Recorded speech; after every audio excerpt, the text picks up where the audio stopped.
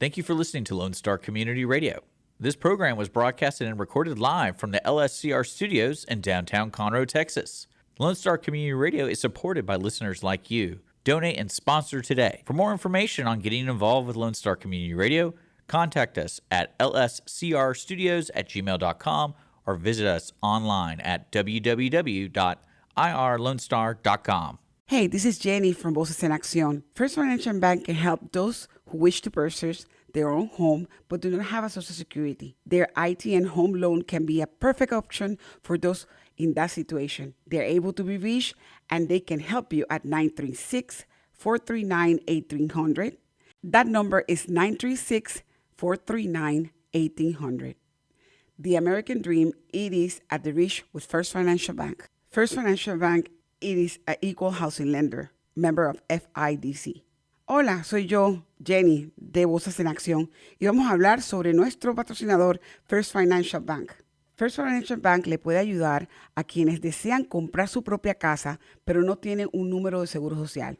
El préstamo hipotecario de ITN puede ser una opción perfecta para quienes están en esta situación. Estamos aquí para ayudarles y los puede contactar al 936-439-1800. El número es 936-439-1800. El sueño americano está al alcance con First Financial Bank. Prestamista de vivienda adquisitiva, miembro FIDC. A continuación, Voces en Acción, el programa comunitario que informa a la comunidad latina. Voces en Acción, la verdad en acción. Voices in Action, the truth in action. Now, con ustedes, Jenny Ibarra.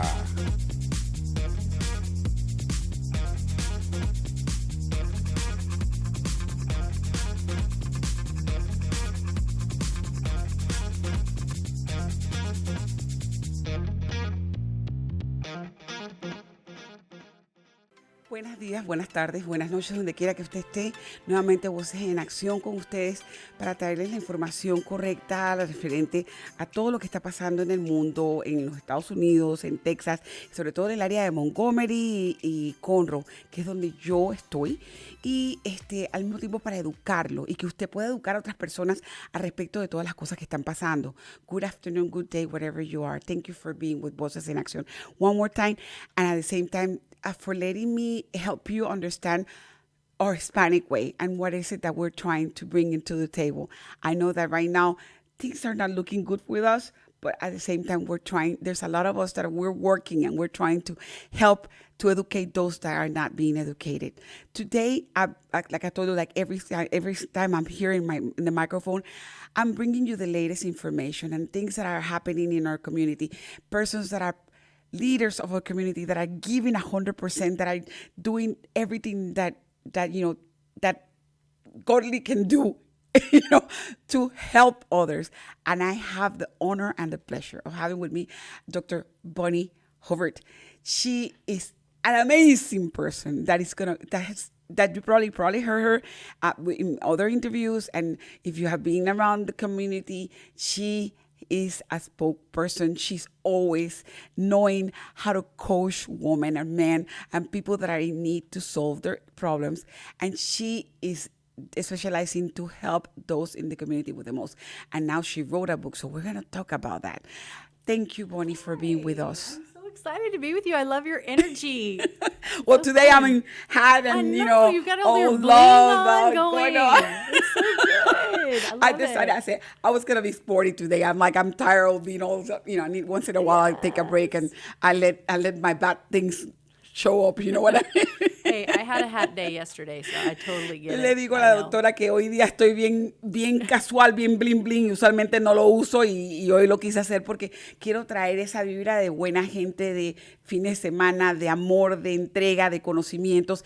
Y la doctora Bonnie es una líder en eso. Y el coaching de nosotras como mujeres, la ayuda, el empowerment, el saber, el educarnos, el investigar, el leer. Eso es lo que Bonnie trae al plato. Y ella lo trae con qué amor a miles de mujeres. Y ahora escribió un nuevo libro, así que estoy interesada en el libro y vamos a hablar sobre eso.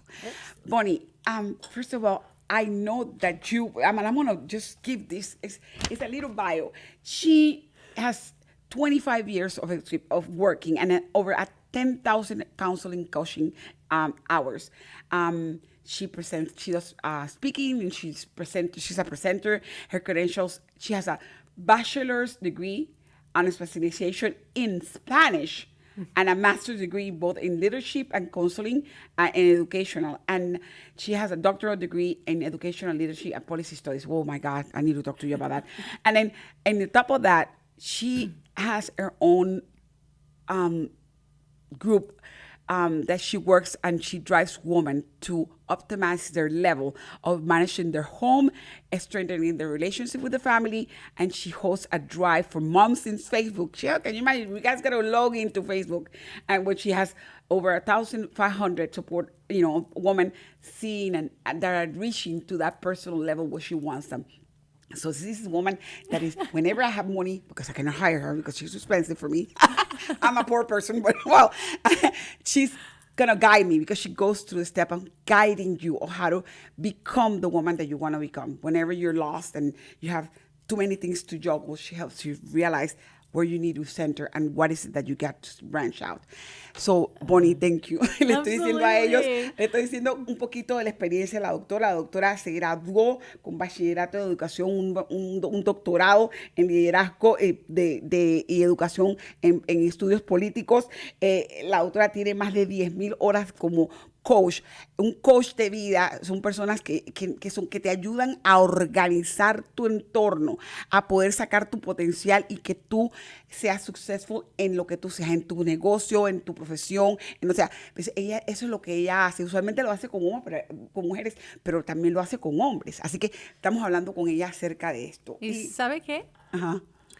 Que yo fui bilingüe, maestra bilingüe, aquí en el distrito de Conroe, en una escuela elementaria que se llama B.B. Rice. Mm-hmm.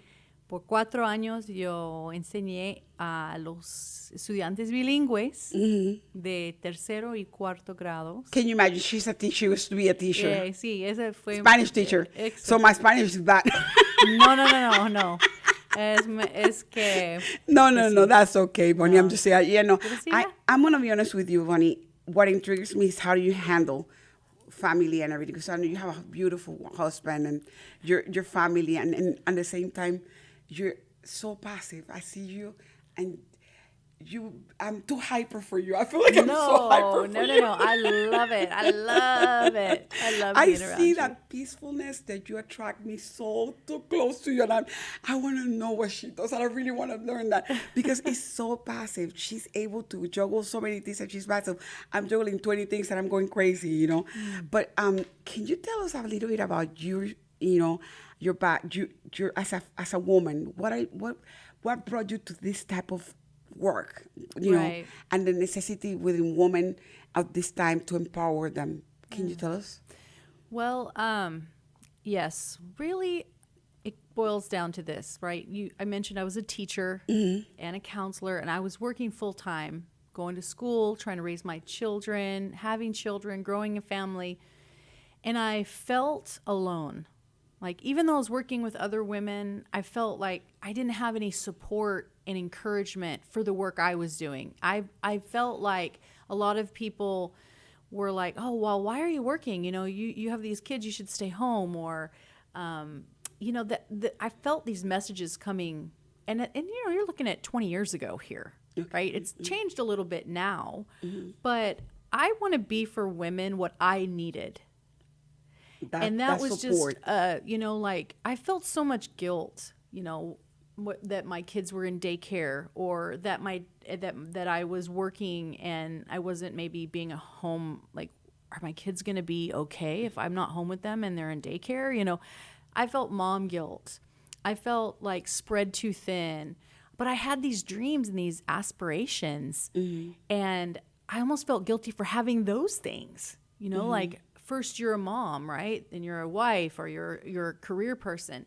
And that's the thing that I learned, is that we are not defined by the roles that we play in life, right? I'm a woman, I'm a mother, I'm a wife, I'm a career person, I'm a professional. But your roles doesn't define who you are. No, and that's what happens is sometimes women get caught up in their roles and they let that define them. So they let go of who they really are as a person, what they love, what their dreams are, what their likes are, what their interests are, and they lose themselves for Le years. pregunté a la doctora que qué es lo que la trae a ella a este tipo de educación, porque ser life coach es una persona que tiene que tener bastante disciplina en cómo organizar la vida de otra persona y cómo guiar a esa persona a su máximo nivel.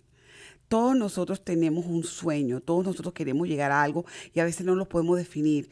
Entonces, personas como la doctora Bonnie se encargan de ayudarnos a cómo solventar esos problemas. Pero ¿qué es lo que ella le hizo hacer eso? Y ella me dice, no, Jenny, yo estaba trabajando como profesora y yo estaba dando de mí mi 100% y estaba trabajando en la casa y estaba cuidando niños y estaba dando a luz, estaba haciendo tantas cosas, pero yo me sentía sola. Yo sentía que yo estaba sola con todo el peso encima del mundo y básicamente no sabía cómo hacerlo. Entonces yo decidí que yo iba a ser esa persona que iba a ayudar a esas mujeres que se sienten solas en su ambiente, porque a veces estamos tan en tu todo y todo el mundo así, y somos las que nos acostamos a las 11 de la noche y nos levantamos a las 4 de la mañana.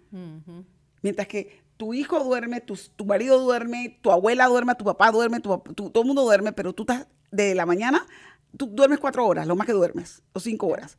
Y eso no es una vida. Realmente no teníamos vida. Y Bonnie me supongo que se sentía así, toda overwhelmed, y decía, ¿sabes qué? Yo tengo que hacer algo para poder ayudar a otra persona, para que esa persona pueda entenderse a sí misma y pueda dar su máximo potencial. El máximo potencial es que tú como persona no te definas por el rol que tú tienes diario. Seas madre de familia, seas enfermera, seas doctora, seas profesional, lo que tú seas esposa, casa, seas tía, o sea, como te definan a ti durante tus roles. Eso no te define a ti como persona. Eso es lo que la doctora Bonnie quiere que tú entiendas primero. Lo primordial es que uno no se define por lo que el rol de la sociedad te impone a ti. Mujer, hombre, niño, no sé qué. Eso no te lo define. Te define por qué. Cuéntanos por qué. ¿En qué nos definimos nosotros? How we are defined without taking those roles out. Okay, so I go back to like my 18-year-old self. Okay. Right? What was I like then? I loved music. I liked to sing. Mm-hmm. I was interested in like certain books to read, and I wanted to play the guitar, so I bought a guitar and learned to play a little bit in college, right? Mm-hmm. I had all these things that made me who I am. I like to exercise. My husband and I, we would like go to concerts. We would do things that we were interested in that made us who we are, right? Mm-hmm. Well, then, you start working a full-time job and you're like, okay, well, I don't have time for a lot of things now because I'm focused on my job. But what happens to all those things that make you, right? Now I have a child. Now my time is over here, so I don't have time to sing, and I don't have time to be in a choir. I don't have time to play the guitar. All of those things just get set aside. Mm-hmm. So my question is, what if it didn't have to be that way? What if I could give you a formula where you could get 20 hours back in your week, every week? Wow. That's 80 hours a month. What would you do with that time? I will sleep. So many people say that. Okay, all right. If that's what you need to do, then that's great, right? But otherwise, you're not going to do it. Exactly. So I won't do it. That's the thing. It's like I tell people all the time, you can create and find time for the things that matter to you most, the things that make you you. Because what happens is, as women, okay, like I have 4 children. One Four. of them, 4 children. Wow. 25, 22, 19, 16. Wow. Okay? So when the first one left, and I was like, oh my gosh, okay, wow. Piece of my heart left. Mm-hmm. And then that was just like a little, oh my gosh, okay, golly, I only have like 8 years left. And then they're all going to be gone. Who am I when they're all gone? And let me tell you what's happened next, so you'll realize what happened next. You go crazy. because they're gone. And then I have a grandson. And that's where you're like, and guess what? The grandson is an hour away. And you go crazy. Oh. So le digo a la doctora que ella dice que realmente cuando uno está joven, a la edad de 18 años, cuando ella estaba joven, ella le gustaba tocar la guitarra, le gustaba salir con su novio, que era su esposo ahora, salir, conversar, tomarse un trago, cantar, bailar, hacer tantas cosas. Y comienza la vida. Y la vida le pega que tiene que trabajar un trabajo full time. Y bueno, ya no tiene tiempo para hacer eso. Y después vienen los hijos. Tiene 4 hijos. 25, hasta 16. Hasta 16 años. Y ya no es ella, ya no piensa, cuando uno tiene hijos, ya uno no piensa en uno, piensa en la necesidad de los hijos, porque la necesidad de los hijos viene primero. Entonces pones todo lo que tú quieres hacer a un lado. Y de repente se da cuenta que nada más le faltan 6 años para que el último de 16 años se le gradúe y termine todo y se vaya también. Así que, ¿qué va a pasar cuando se van tus hijos de la casa? ¿Quién eres tú? ¿Cómo te defines? Y le digo, yo sé cómo está la cosa en mi lado, porque ya todos se fueron de mi casa. Nada más me queda el nieto y el nieto está una hora después de camino. Sí, tengo 2 nietos. Ya tiene 2 nietos, así que ya sabe lo que se siente. Uno de 5 años y otro de 9 meses. Y y también sacas tiempo para esos nietos, te apuesto. Wow. Bonnie, so you said taking 20 hours. Te pregunta, quitar 20 horas. ¿Cómo te puedo ayudar a devolverte 20 horas? ¿Qué es lo que tú quieres hacer? Le digo, yo quiero dormir. Yeah. No, porque no puedo, porque soy ocupada. Pero hay mucha gente que dice eso. Hay mucha gente que te dice, y quisiera hacer cerámica, o quisiera ir a la playa, o quisiera, ¿me explico? Pintar. O correr, caminar. Entonces, ¿cómo tú haces para que esa persona pueda entender que hay un equilibrio en todo lo que hay en la vida? Okay. The first thing that I always ask people about is having to do with this right here. Wow. Right? Because when my son, my 16-year-old, he always gets me because I'm always like, what's your screen time? Let me see that. How long have you been on your phone? Well, he did it to me one time. And I was like, oh, no, you can't see that. Because I know, like, I'm on this thing way too long. I get sucked into social media and all of that stuff. So right there, I didn't have this. I didn't get a smartphone until I was 28 years old. Wow. What did I do before then?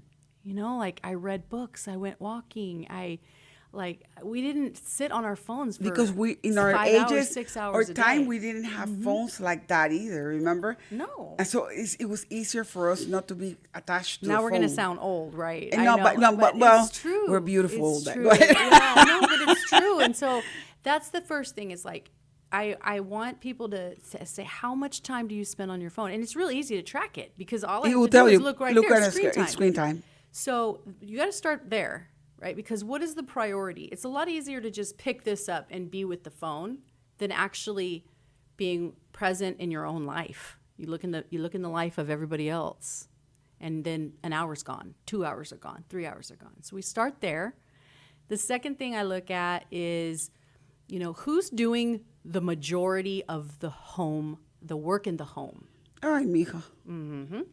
Okay, so the first chapter in my book, it's called The Word Made, right? Where does the word made, and my book is called Every Woman Needs a Maid. Every woman needs a maid. Ay, mija. Okay? How to stop relationship conflict, overwork, and stress. Okay. So you can live your best life. Imagínese, ella comienza con su primera sesión preguntándole a usted sobre este aparatito que está aquí, okay, que todos vemos. Y uno se pone a pensar cuánto tiempo uno dedica a ese aparato. Ese aparato consume la vida de uno en minutos, en segundos, en horas. Y hay una cosita que usted baja en el aparato, sobre todo si es si es un smartphone, y te dice screen time o tiempo del teléfono. ¿Cuánto tiempo has estado en el teléfono? Te lo graba y te lo dice. Allí, si usted tiene más de 1 hora, ahí es donde se puede darse cuenta cuánto tiempo usted ha perdido del tiempo de su horario. Le digo, oye, que en el la mayoría de personas es 3 hasta 6 horas. 6 horas, al día. Exactamente. Y no se da cuenta. Entonces dice que ella le hacía eso al hijo. Y que ahora un día el hijo la agarró y le dijo, yo quiero ver cuánto tiempo tienes tú en el teléfono. Y ella dice, no, porque ella se dio cuenta que ella también tomaba tiempo del teléfono, que no era necesario. La otra cosa era que en el tiempo de Bonnie y mío, que somos contemporáneas, la generación X, que es una de las mejores generaciones que hay, gracias a Dios, porque la Z y las que vienen, pobrecitos, están sufriendo mucho. La generación X eran los primeros en tener teléfonos, porque los teléfonos se crearon en nuestra generación. ¿Okay? Y como socióloga te lo puedo decir, estamos estudiando eso, es ver cómo se crearon en nuestra generación y que nosotros no lo necesitábamos porque la gente que tenía teléfonos en nuestros tiempos era gente de mucho dinero. Así que un celular en Latinoamérica era una persona rica. Oh, sí. ¿Me explico? Es más, mucha gente no tenía ni teléfono, ni televisión. ¿Y qué era lo que hacíamos? A la calle a jugar. Exacto. Y teníamos tiempo para jugar, tiempo para hacer tareas, tiempo para dormir, tiempo para estar conversar. con otros. Exacto, para Aprendiendo socializar, de la familia. e integrarnos, ¿ok? Cocinar, cómo cambiar una llanta. Nos enseñaban cosas básicas para sobrevivir. Como un teléfono rotante era, porque antes no había, ahora no, todo eso, y pedir permiso para usar el teléfono y te daban 5 o 10 minutos. Yeah. ¿Me explico? Porque eso era lo que pasaba. Ahora mismo dormimos con el teléfono del lado de nosotros y con la agenda del otro lado. Así estoy. La agenda de un lado y el teléfono del otro. Y a veces no nos damos cuenta del daño que nos hacemos. Sí, So, that's what we're talking. We're talking about the basic things that she said. Entonces, ella tiene un libro que acaba de sacar. Y el libro se llama Cada mujer necesita una empleada. Y cómo parar los conflictos de las relaciones, quitar el sobretrabajo y el estrés para que usted pueda vivir una vida mejor. Es básicamente este librito. Y eso es lo que estamos tratando de ayudar a que la gente entienda. Está en inglés y te lo juro que sé que muchos oyentes no lo hablan perfectamente, pero sé que hay muchos que los quieren, que los pueden conseguir y vamos a ver si se puede. Si entiende el inglés mejor que leerlo, también está en Audible. Okay. Está como audiobook. Está como libro. un libro de audiobook o que lo puede conseguir para escucharlo. Si no lo sabe leer bien, al menos escucharlo y si lo entiende para que le pueda ayudar. O sea, la doctora Bonnie habla español. Y algún momento va a traducir esto, porque se puede traducir. Sí, ¿okay? debemos traducirlo, a lo mejor nos ponemos a hacer la traducción para poderte ayudar, para que lo saquen para los hispanos, para que lo sepan, para que la comunidad hispana sepa lo que es escuchar parte de ti, de la organización de tu vida. Okay, your first chapter, you said it was... So the word maid, like I've always had someone help me clean my house since my daughter, for 20 years. And I asked, I've only had 3. So I get to know these women like they're part of your family. Exactly. I say, how do you feel about this word, maid? And one of my housekeepers, Angelica, she says, I don't mind the word maid if people use it respectfully. Exactly. But sometimes they don't use it respectfully. It's like the tone of voice, like, you know, or they look down upon. But that's why I start with this, because to me the word maid is not a downgraded type of word. The word has been around for 800 years. Okay. And in the Victorian era, women had different types of maids. A maid was just a woman that wasn't married. Exactly. That did a single that helped with to help, work, right? La solterona. And so there were 10 different types of maids back then. I mean, everything from a kitchen maid, a chambermaid, a cooking maid, a butler maid, you know, all these different ones. And I go over that in my chapter, right? Back then, women had a lot of helpers. Exactly. Okay? Now here we are, right? Let's go back 100 years. Let's go to 1920. Did women work outside the home? No. The majority didn't, right? That was, you were exception to the rule 100 years ago if you were working outside the home. So 100 years ago, women worked about 27 hours doing work in their house, right? Cooking, cleaning, shopping, laundry, all of the stuff, right? 27 hours a week. And that was without a job outside of their home. Okay, so 100 years later, they do a time use study. Well, now, women today that are working outside of their house 40 hours, 50 hours a week. Are coming back home. They're coming back home. And still today, they're doing 21 hours of domestic work on top of the 40, 50 hours they're doing. And depending on what kind of woman, because Hispanic women, we work even worse. That's right. Absolutely.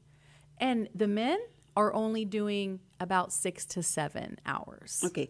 La segunda pregunta que ella agarra y le hace a sus clientes es lo siguiente. ¿Quién hace el trabajo en la casa? Y si usted me está mirando y usted está escuchándome, la mayoría de las personas que hacemos el trabajo en la casa somos las mujeres. Entonces la mujer sale y trabaja 40 horas afuera en la calle. 50, 60, whatever. dependiendo de las que se necesiten. Y llega a la casa y trabaja 20 y pico más o 30 y pico más. Y si somos hispanas, hasta 50 horas. 50 horas. A veces no terminamos. ¿Ok? Entonces, ella dice que en el tiempo de antes, y se lo voy a explicar para que lo entienda sociológicamente y en el área social, lo que es historia, básicamente. En la era de 1980, de los años 800, 1800 y 1900, las mujeres no salían a trabajar a la calle. Las mujeres se encargaban de cuidar a sus hijos en la casa. Es más, eran las que... Pero ellas tenían un equipo que trabajaba con ellas. Y eran lo que le llamaban las criadas o maids, ¿ok? En ese tiempo la criada era una persona que ayudaba y apoyaba a la señora de la casa. Podía ser y habían diferentes tipos de criados. Como 10 diferentes 10 tipos. diferentes tipos, ¿ok? Y esos diferentes tipos tenían su punto de vista de cómo hacían las cosas y cómo se entrelazaban en cada trabajo. Hoy día la mujer no tiene 10 personas porque es imposible. Y me avisa quien tenga 10 porque yo voy a la casa de ella para quedarme ahí gratis. Pero simple y sencillamente, ahora nos cuesta tener una persona en la casa. Y ella habló con la persona con la que ella tiene su casa.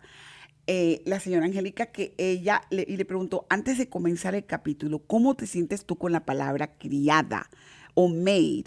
La palabra es criada, empleada. En nuestros países, en Latinoamérica, le decimos empleada, criada, muchos le dicen la chacha, lo que le quieran llamar. Pero como la muchacha o la chica o la empleada, o como le llamen en Latinoamérica, la tenemos en la casa y esa persona trabaja. Lo que nosotros no podemos hacer, lo hace ella.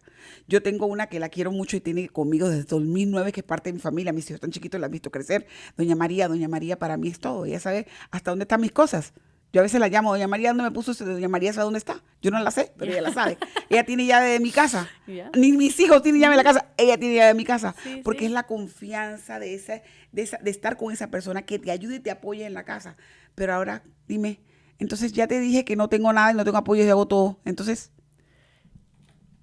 tiene que hacer todo sí misma. If you have to do everything yourself and everybody else, and I say this, who lives in your house, right? Who lives in your house? How much are they doing? And yes, like my dad, his como culture. like culture, Mexicano, like that generation baby boomer. No, he doesn't do anything. Baby boomers will not No. do anything. My father would never do it. No. My mom did everything. And I will say that he's gotten better as he's gotten older, but because there's not a lot of kids, so it's just him and my mom. But I mean, I love you, Dad, but you know, like that's just the culture, the generation, right? They don't do anything. Well, it's different now. The 54% of women work. 54%. 54% de las mujeres están trabajando. Los baby boomers y los maternals, que eran las generaciones de sus papás y de sus abuelos, ellos no hacen nada. O sea, en Latinoamérica no hacen nada. Los hombres, la mujer hace todo. El hombre está acostumbrado a llegar y conseguir comida. Ahora, el hombre trabaja en la calle, pero en la casa no hace chores porque le dicen hasta mandilón. Muchas veces le dicen hasta mandilón cuando hace cosas.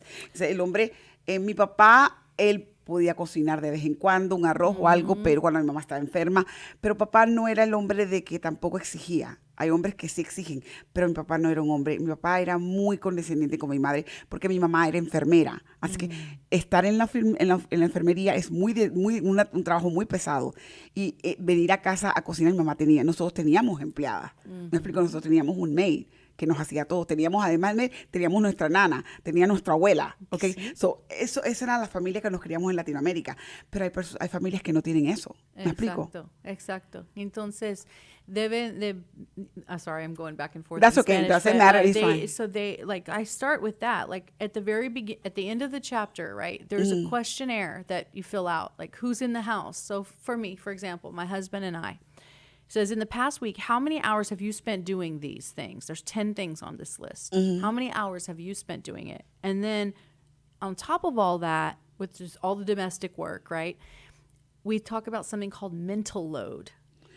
The mental load of it all, like that women take on, you know, like, okay, there's 2 birthdays coming up. Well, okay, what are we doing this weekend? And how many of y'all men actually do any Christmas shopping? No. I mean, maybe just Even a couple of people. the grocery list over here, we're missing it. Exactly. And so, you know, those are the roles that have kind of emerged. But what this does is it helps people. Like, you know, even my mom and dad, they did this. And my mom said, we made some changes because we realized that it's like this, you know, like, right? And why should one person do everything when, you know, it's Es igual todo. why? So, I mean, we're not back in the 1920s. We're not. Even it though needs to be I will different. have to say something, and I have to say this, and whoever can hear me, this probably will agree with me. Bonnie, even after passing the Equal Rights Act in 1964, women will never be equal as men. Men are making 82 cents more per hour than a woman in any field, okay? Yeah. And that's really ridiculous because we're still not in the same level. Right. And woman is doing even more work sometimes than well, man. And here's an example of that. So one of the people that I interviewed from the book, she's a doctor. She's a rheumatologist. And her husband is also a doctor. Wow. Okay, so surgeon of some kind. And so I'm talking to her, and she's like, "Okay, well, we got married, and we have these careers, you know. Like I want to do research. He's doing all of these fellowships. Everything is great. And we decide we want to have kids. And then all of a sudden, everything is for me. I'm doing everything. And I talk to him, and I say, "Wait a second, hold on a minute. I have a career too." And he said, "Oh, no. I'm not doing any of that. Like, I'm not cleaning, I'm not shopping, I'm not cooking. I don't do that. Like, I'm going to stay late. You're going to pick up the kids. I'm going to work towards partner." I mean, it was just this big wake up call. And so why? Because we're maternal. We care. We know how to care and everything. But again, it's to your point, right? So it's not. So couples have to get together on this, right? In order to create time for yourself, you have to shift some of the workload, delegate it to other people. And there's no reason why they can't help. All right. So you can do that in 2 ways. You can do outsourcing, or you can look to your family members, your partner, your extended family, your friends, your neighbors to really help lighten the load. And and there's nothing to feel guilty about in doing that, right? Because you're taking care of yourself. So we talk about the mental work, do your total, and then like say you have someone that's living with you, do their total.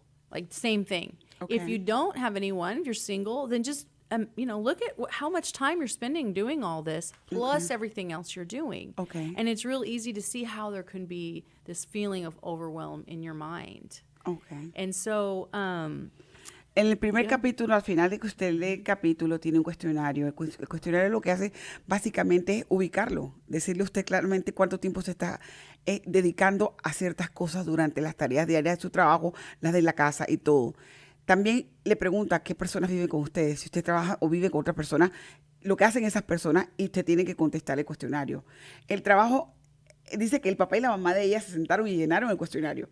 Y el papá y la mamá se dieron cuenta que uno estaba aquí y el otro estaba por acá abajo y no había un balance. Y la mamá le dijo, ¿sabes qué? Tengo que organizar esto no puede ser así. Hay que darse una etapa, ¿ok?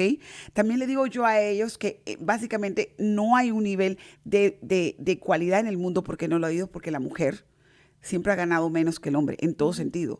Y hemos sido las que más hemos dado porque además de parir, criar, trabajar, somos sirvientas en la casa con el esposo y el esposo está en la calle trabajando. Entonces, todavía pasando la ley a nivel de los Estados Unidos, donde el empleador suyo tiene que pagarle al mismo nivel que le paga a un hombre, que usted tiene el mismo trabajo, no pasa. El hombre va a ganar 82 o quizás $1 más de lo que usted gana en su trabajo. ¿Por qué? Porque es hombre. O sea, de pena que nacen, el hombre ya tiene ya su sello de que va a ganar más plata que una mujer. Porque eso es así. Y eso es en todas las culturas. No crean que solamente en los Estados Unidos. Estamos hablando y en culturas de América, internacionales, en Europa, peor. Es peor la situación. Porque las mujeres no son nadie. Al menos aquí tenemos ese balance donde podemos sentarnos y decir, ven acá, si yo saqué la basura, tú lavas los platos. O si yo hice la grocery shopping, te toca a ti unload de los grocery shopping. Pero tienes que ayudarme con algo porque no puedo sola. Sí, ¿Me explico? sí. We can say that. Y también, pues sí, estamos aquí en los Estados Unidos. Una persona me preguntó, hey, so what about the maids? So is this only for certain people that need maids? No, I say every woman, even maids, Need a maid. need a maid. They need help. They need help, and they shouldn't be sad to ask for it. There's one lady that I interviewed. She talked about how in other parts of the world, you know, if you have like being a maid is actually one of the most empowering jobs that women can have all over the world. Like some women that aren't able to work in any other profession because of the way you're talking about women's rights and all of that, they can be maids. Exactly. And they can earn money. Exactly. And they can empower themselves and their families through this profession. And so one of the ladies, she said when we were, I can't remember where she said she was, but it was probably in the Middle East somewhere. She said, if you had the means to employ someone and you didn't, you were looked down on. Exactly. Because you have the means to employ someone, you're allowing them the opportunity to empower themselves, to earn for their family, to help them level up too. And so I just really want That's everyone probably to know. in India, because I've seen that in India, and so because not only that, in very religious and cultural impacted cultures where they are Bible based. In the Bible says that you're supposed to give employment to people. And that's part of what it says. And in their Torah and in the Torah and in the Muslim Bibles, they say that too as well. And the interesting. Indian. Maybe that's where it comes That's from. where it comes from, Okay. basically. And I know because I have studied that part where it says basically that, somebody says, why are you paying the guy that cut the grass for you when you can lawn your mow? You can do it yourself. Yeah.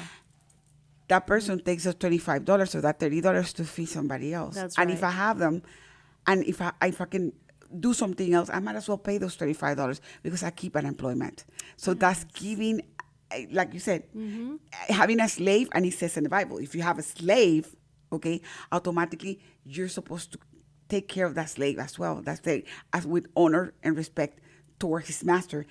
As a master, you're supposed to give back.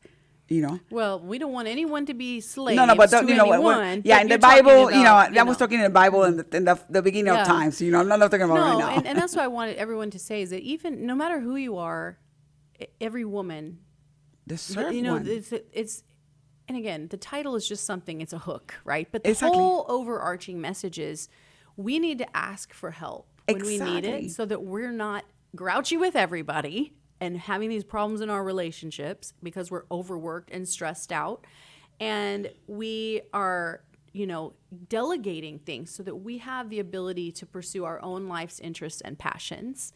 And we can choose how to spend our time. And I'm going to be teaching a course, and I'm creating the course now. I'm going to launch it in end of February, where I'm going to help women to learn how to optimize their time and not to be afraid to ask or not to feel guilty about asking for help.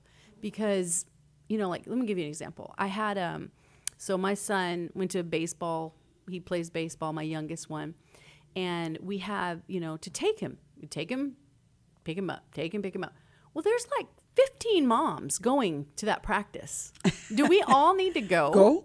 Do we all need to go and take it 35 minutes over there, sit there for 2 hours, 35 minutes back? No. So one of the moms and I, we talked. We're like, okay, they practice 3 days a week. Do you want to alternate? I'll pick up And then the next time you pick up and the next time we'll just alternate every time. And you know what? When that happened, I got 2.5, 3 hours of my night back. Wow. Right? So something just simple like that. Oh, but no, I don't want to ask anybody, you know, it might be out of their way. But if you ask that mom if she wants another 2.5 or 3 hours, she's going to say yes. Of course. So I'll do it one night and then I get all of that back the next time. So that's just a little bit of an example of how you can find time. And then if you use your time wisely, you can use it to, like you said, level up, to move Educate towards yourself. your potential, your education. There's a reason. I mean, I have 4 college degrees. I am a total geek. I love learning so much. My husband had to stop me. I'm like, well, maybe I'll go to law school. No, he's like, no. So, but you know what I mean? Like, there is a reason I didn't neglect my children so I could study. I made my time work. I had to get up maybe at 5 o'clock and Now, study. remember, we come from generations X. We were raised. We were born from maternal generations, and baby movers. We were pushed to work Yeah, that's our true. lunch. That's true. These generations are completely different, and I'm learning that through the LMC program. These generations are completely different. Okay, and I notice now, face to face, why is that they're different? Because basically, yes, you're dedicating time. You're showing these new generations what we learn. How to take care of your time management. Having a time management skill is the best thing you can have, because basically you're able to dedicate that part of yourself into things that are really needed in your life, like Yes. resting, taking your medication, going to the doctors. Instead of taking somebody else to the doctor, take yourself to a mammogram. Most people are decided. So there's a lot of people that decided not to do mammograms. Yesterday was the last day of the month of mammogram. What? Because they don't feel that they're worth it enough to take a time and go. And when they finally have to go to a mammogram, they find out that there's a problem. Yeah. Procrastination. That's another thing that is part of it. So basically, that book is amazing. I need to have that book with me. I'm serious, Bonnie. Estamos hablando de la necesidad de que usted como persona se dé cuenta de que todos necesitamos una persona que nos ayude, y que pedir el ayuda no es que te va a bajar. Es tener, como dice, humildad para aceptar que necesitas ayuda para que entonces puedas progresar. Entonces, la palabra maid o empleada dice, todos necesitamos una empleada. Hasta la empleada de una casa necesita una empleada. Exacto. ¿Por qué? Le está diciendo yo a ella que en muchas culturas el ser una empleada es un honor, o sea, el servir.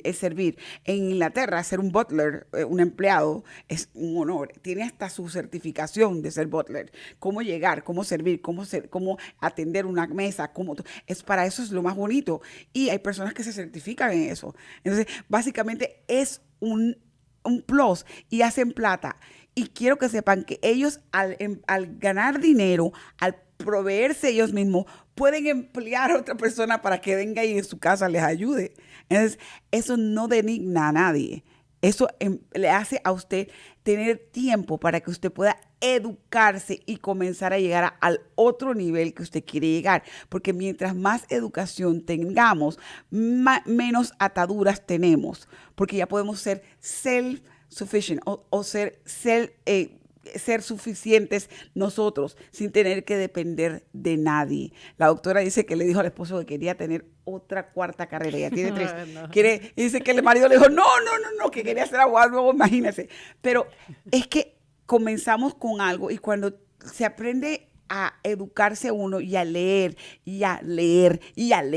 no a que le cuenten, a investigar, a leer. Y siempre he dicho que la lectura es mucho, y es cosa que no nos enseñaron en muchos de chiquitos, no decíamos, sobre todo nosotros. Quizás yo creo que yo fallé mucho con mis hijos en no dedicarles ese tiempo para que leyeran, porque la lectura cultura es lo que te hace crecer mentalmente.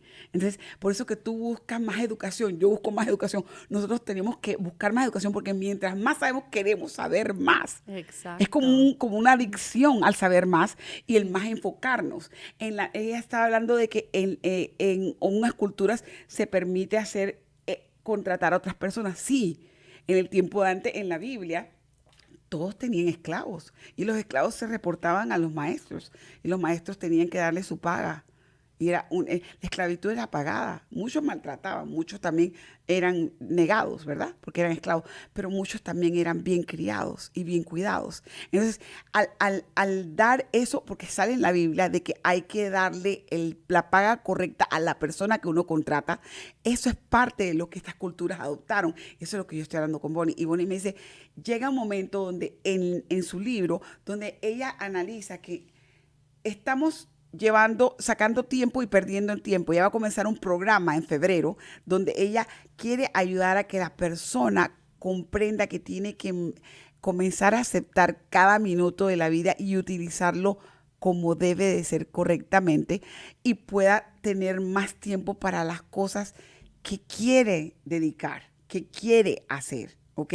Entonces, cuando perdemos tiempo en una cosa, en la otra la vamos a necesitar. Es como si fuera un sobrebalance de cosas. Una cosa como que yo estoy perdiendo tiempo aquí, pero sé que a las 2 de la tarde tengo que entregar una cosa. Si no termino aquí rápido, porque no me concentro, porque estoy en el teléfono, porque me están llamando, tengo que apagar el teléfono, dejar el teléfono en otro lado, tengo que concentrarme. Y muchas personas, como yo, que sufrimos de ADD, o sea, porque tengo que estar enfocada. El enfoque en esto.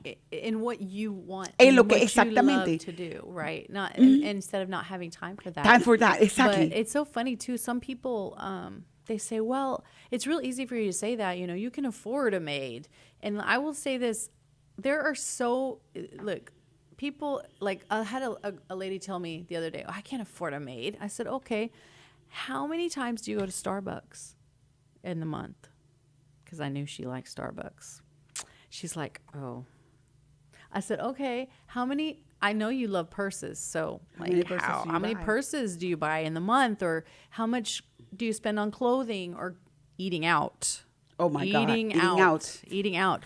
So, you can get maid service for, $200 twice a month, just 100.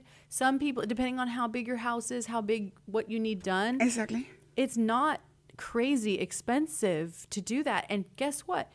Even if you want to spend $50, there's going to be someone out there that will do it for $50 if that's all you have. Well, it's not an insult. There's maids that my maid, and I'm going to say this, I've been with her since 2009, and I compensate her at the end of the year, and I pay her. Yeah. She became a U.S. citizen recently. Oh, because that's I so have cool. For me, that's helping somebody to succeed. Yes. You know what I mean?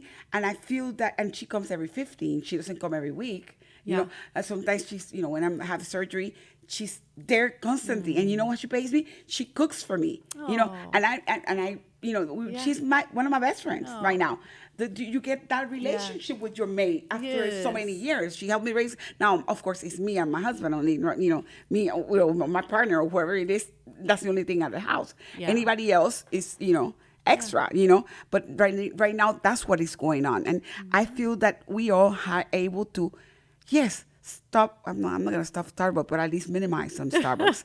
But I can, instead of buying. But it's a choice. It's a priority. Exactly. It's a priority. Put the things on your priority. Exactly. And I know, I don't know if you've seen the show Made. Yes, exactly. Do you remember the part where she was desperate for money, right? Mm-hmm. She was desperate for money, and she found this little paper and she rips it off, and it had a phone number for cleaning. Exactly. And then she goes and she calls and she knocks on the door, and the lady doesn't want to let her in. She says, I don't think you're going to want to do this for 2 reasons. One, it's really, really bad. And number 2, I can only pay you $12 an hour. Mm-hmm. And she said, I will do anything. Mm-hmm. I will help you. And she gets in there, and it's like this hoarder, right? It's a hoarder. But she did it anyway because she needed that. the money. She needed that. And that woman, she couldn't afford to pay her a lot. Exactly. But they needed each other. Exactly. That's the beauty of it. Es como un That's the beauty of compañerismo. it. It's like you were saying, when you got your I guess your share of right for your son. Yes. It is what it is. Estamos hablando de lo que es agarrar y ayudarse unos con otros. Porque al usted poder sacar tiempo para poder hacer algo por alguien y le están pagando, automáticamente está recibiendo el beneficio de recibir una paga por eso. Ella dice que cuando el niño está en la escuela y le toca prácticas de su equipo, las madres se pusieron e hicieron un carpool. O sea, entre 3. Una lo recoge en otro tiempo, otra no. ¿Y quién no quiere guardar 3 horas? Si yo tengo que ir 2 horas de manejo y 1 hora de vuelta, no sé qué. Y si yo te guardo 3 horas, lo recojo yo el martes y tú te lo recoges el lunes. Y así uno tiene tiempo también para poder estar en su casa y descansar. Es una comunicación, un contrato de servicio y ayuda. Y eso es lo que es, definitivamente. Bonnie, ¿cuántas mujeres están en tu grupo? How many women do you have in your group? And I know that you have people that you know, like in Facebook, that go and everything. In my group, High Drive Moms, it's Facebook. I have 1,500 women in there. Okay. A little over that. And I post every week. I post there. On Thursdays, I do live coaching. I either bring someone on like we're doing here, or I coach on a specific subject. And my goal is to inspire women that are working moms, working professionals. I want to inspire them. I want to give them strategies to use. I want to help them to, like, the most of the time I ask every member when they join the group, what is your pain point? Like, what is the hardest part for you being a professional working mom? And they say, number 1, the hardest part is balancing career and family, balancing time, right? Optimizing my time. And the second is mom guilt. All the guilt they feel, all the guilt. And so I want to get rid of that guilt. Like, there's no need to do it. And I want to help them to start thinking better so they can live better. Ella tiene un grupo en Facebook que cuando usted se junta, ella lo primero que le preguntan, ella tiene más de 1,500 mujeres que están en ese grupo. Ella, lo primero que te preguntan es, ¿qué es lo que tú quieres realmente balancear en tu vida? ¿Qué es lo que tú quieres hacer? ¿Y qué es lo que te está molestando que no puedes hacer? Entonces dice, mi problema que estoy molestándome es que tengo que trabajar y tengo la casa y no puedo combinar los dos al mismo tiempo. Tengo mucho estrés y estoy perdiendo tiempo en esto. ¿Cómo puedo hacer para compaginar las dos cosas? ¿Ok?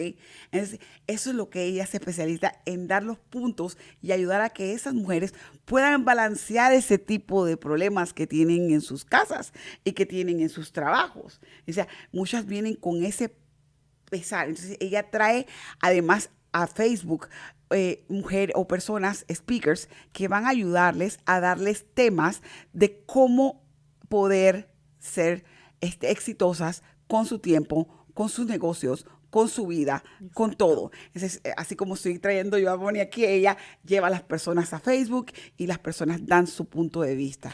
Sí. Bonnie, ¿el grupo ese está abierto para todas las mujeres? ¿Solamente tienes ese en inglés? ¿O cómo how do you join? If they want to join you, how can you do it? Sí. Nomás tiene que ir a Facebook y busca, one way? search. High Drive Moms. High Drive Moms. High Drive Moms.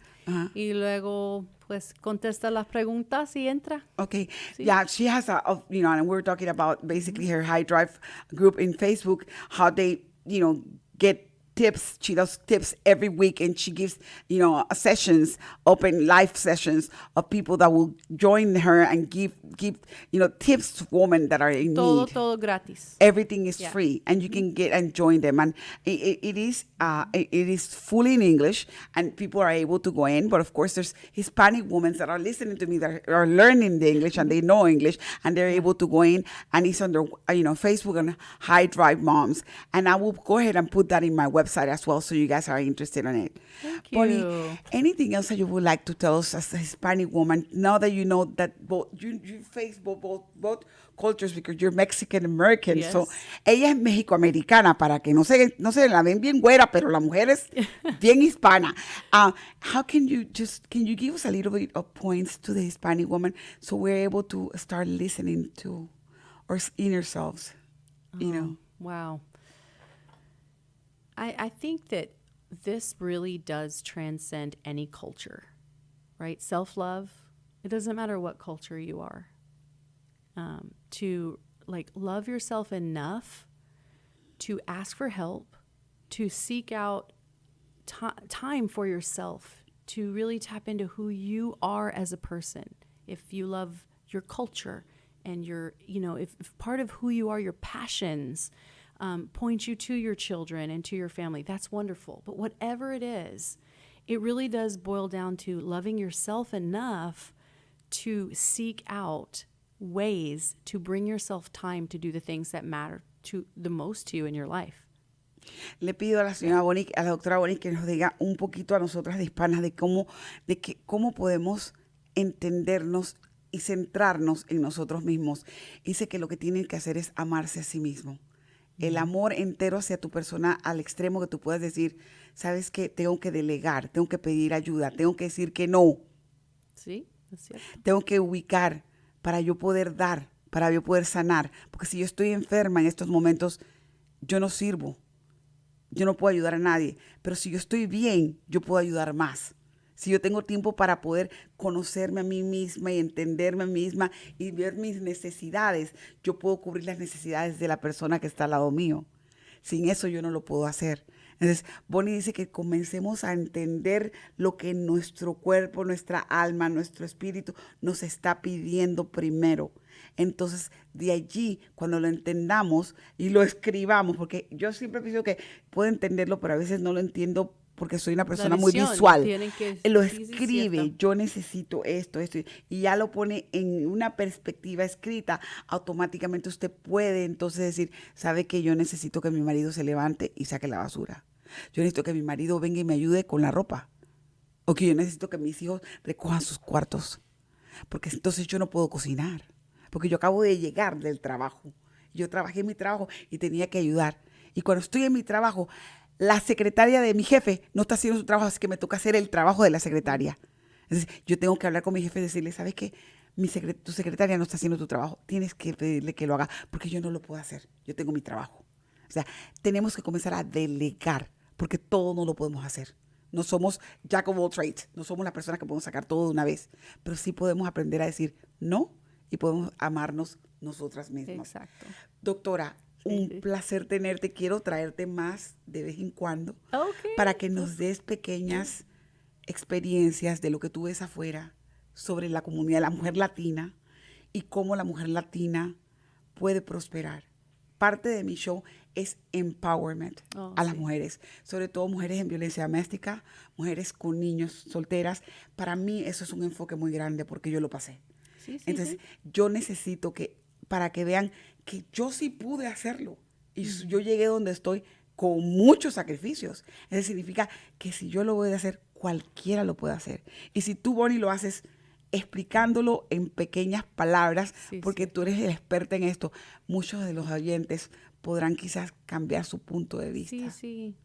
I'm telling Bonnie that I'm going to go ahead and bring her more often so she can give us more tips in how to focus in ourselves, how to love ourselves, how to guide ourselves, to say no and to say, I need help. And say yes to and yourself. Say yes to yourself. Exactly. Right. That's basically what you say. Saying yes to yourself. That means being able to delegate work, being able to say, no, I cannot do it. Being able to tell your boss, you know something, I'm overworked because you're giving me overload. I need to stop. You know, say, you know, and the same thing, demanding for more higher salaries. Because a lot, you know, and I went to a TED Talk of one of the speakers, and she was saying that women in corporate world are not asking for a raise. Men are asking them, but women are afraid of losing their job, so they're not afraid of asking, even though they're performing as better or better than the same man. Yeah, so that's a whole nother book. That's another book, yeah. But at the same time, we're able to see that it's because we're afraid of asking. We're afraid of communicating like you're doing.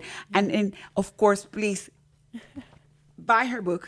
Yep. Because it's worth it. Yeah. She's here to give us that little tiny points about, you know, how every woman needs a maid. Y después de cada capítulo And hay algo que hacer. Yeah. Sí. After every chapter, there's a questionnaire there's an activity, that's the good thing about it. It's an interactive one. Después de cada capítulo hay algún examen o algún cuestionario o algo que llenar para que vea que usted pueda aprender lo que hay en este libro. Si lo puede conseguir en Audible, si no lo puede leer, lo podemos hacer. Y más adelante... Y si alguien ahí está ahí que quiere traducir... Sí. Si quiere alguien traducirlo, también lo puede traducir. Con mucho gusto, Bonnie está de acuerdo con que se traduzca. Pero muchísimas gracias, Bonnie, por estar con nosotros. Thank you very much, Doctor. It was a pleasure having you. Yes. And I hope to see you soon. And I know that you're having several commitments through the community. I will go, I'm empowered by you, so I'll be around backing you up. Anybody that can reach Bonnie is her information. It will be in my website, and she is gonna be there for you guys anytime you guys need her. She's able to be reached, and she's somebody that you guys will be able to trust after a long period of time because she will guide you correctly. Thank you so much for being with us in Voces en Acción. Gracias por darnos la oportunidad de estar con ustedes. La doctora Bonnie está para la comunidad, para servir, y esperemos que nosotros los veamos más activos con la comunidad de ustedes y interesados en estos tópicos. Gracias por venir, por escucharnos. Thank you for being with us. See you on our next chapter. Have a good afternoon. Bye-bye. Hey, this is Jenny from Voces en Acción. We're going to talk about one of our sponsors, First Financial Bank. Are you ready to make your dreams come true in home ownership? The new affordable mortgage program at First Financial Bank can be a great option for you and your family. We're here to help you. Call 936-439-1800. Again, 936-439-1800. And discover how can we assist you. The American dream is at your reach at First Financial Bank. Equal housing lender, member FDIC. Hola, les habla Jenny de Voces en Acción. Y hoy vamos a hablar sobre uno de nuestros patrocinadores, First Financial Bank. ¿Listo para hacer realidad su sueño de comprar su propio hogar? El nuevo programa hipotecario de vivienda accesible de First Financial Bank puede ser una opción excelente para usted y su familia. Están a sus órdenes llamando al 936-439-1800. Nuevamente, el número es 936-439-1800. Y descubra cómo le pueden asistir. El sueño americano está a su alcance en First Financial Bank. Prestamista de vivienda equitativa, miembro FIDC. Esto fue Voces en Acción, el programa comunitario que informa a nuestra comunidad latina. Voces en Acción, la verdad en acción. Voices in Action, the truth in action. Hasta nuestra próxima edición.